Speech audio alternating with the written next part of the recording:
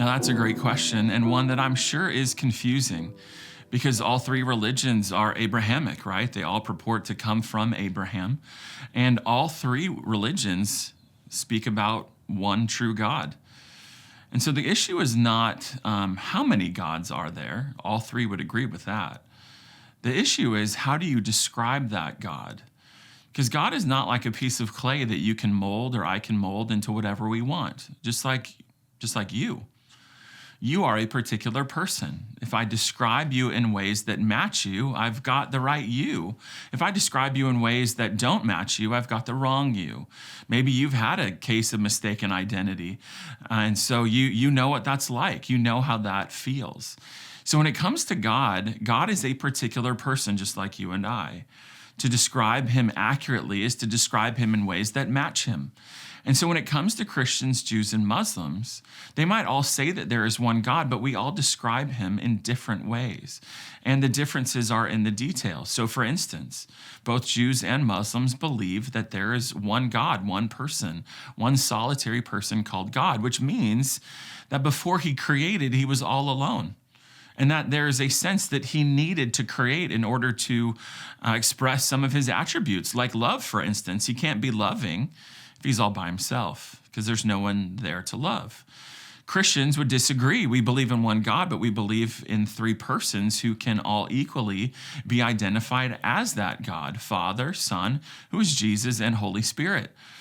So God didn't need to create, for instance, in order to express love, because he's been in eternal friendship of love, again, for all of eternity. And so just in that right there, either God is a Trinity and Christians are right, or God is not a Trinity and maybe Jews and Muslims are right. We might all be wrong about our view of God, but we can't all be right. And the reason we can't be right is because we contradict each other on fundamental realities about God that we believe are true.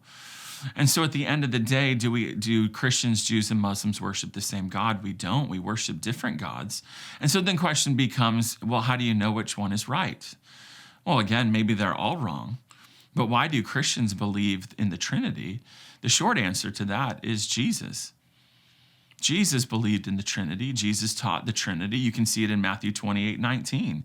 He says, go into the nations and make disciples. Go and make disciples of all nations, baptizing them in the name, singular, of the Father, of the Son, and of the Holy Spirit. Three persons, each identified by one name, all pointing to one verse where Jesus speaks about the Trinity, all being baptized in commitment to one God, and that one God being described by those three names: Father, Son, and Holy Spirit. That's not one God, one person with three masks. That's one God, three persons: Father, Son, and Holy Spirit, all equally God, yet all distinct from one another. So all of that to say, this is why Christians believe that. We believe it because Jesus taught it and Jesus rose from the dead. And by rising from the dead, he has particular insights into spiritual things, theological truths, like what is God like. He has insights into those things that you and I just don't have. And so I don't know about you if you've ever thought about this, but most of the things that we believe are based on authority. I've never seen an H2O molecule. I've never seen a water molecule. I just trust that the textbooks and the scientists and teachers that I've learned from are accurately describing that molecule with 2 hydrogen and 1 oxygen.